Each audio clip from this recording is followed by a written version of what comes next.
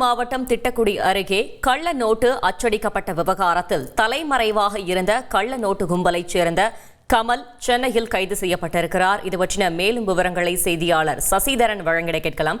சசிதரன் வணக்கம், மேலும் தகவல்களை சொல்லுங்க.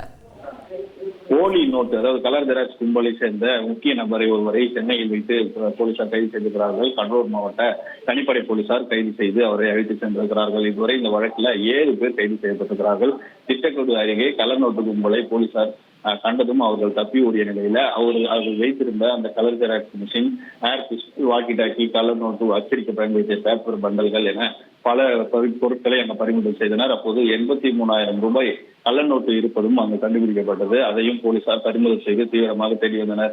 இதற்கு மூளையாக செயல்பட்ட விடுதலை சிறுத்தைகள் கட்சியின் முன்னாள் மேற்கு மாவட்ட கழக பொருளாளராக இருந்த செல்வம் என்பவரும் மற்றும் அவரது கூட்டாளிகளை தேடி வந்தனர். இவர்கள் இந்நிலைய செல்போன் டவர் சென்னையை கடத்தலை அடுத்து கடலூர் மாவட்ட தனிப்படை போலீசார் நேற்று சென்னையில முகாமிட்டிருந்தனர். அதன் அடிப்படையில அவரை கமல் என்பவர், செல்வத்தின் முக்கிய கூட்டாளியாக பார்க்கப்படும் கமல் என்பவரை நேற்று இரவு கைது செய்து கடலூர் அழைத்து சென்றிருக்கிறார்கள்.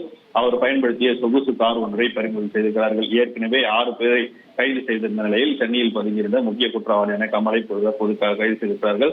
தலைமறைவாக உள்ள வடமாநிலத்தை சேர்ந்த நபரை பிடிக்கும் நடவடிக்கையில் தனிப்படை போலீசார் மற்றொரு கும்பல் வடமாநிலங்களுக்கு சென்றிருப்பதாகவும் தகவல் கிடைக்கப்பட்டிருக்கிறது. தற்போது கடலூர் மாவட்ட போலீசார் தீவிர தேடுதல் வேட்டையில் ஈடுபட்டு வருகிறார்கள்.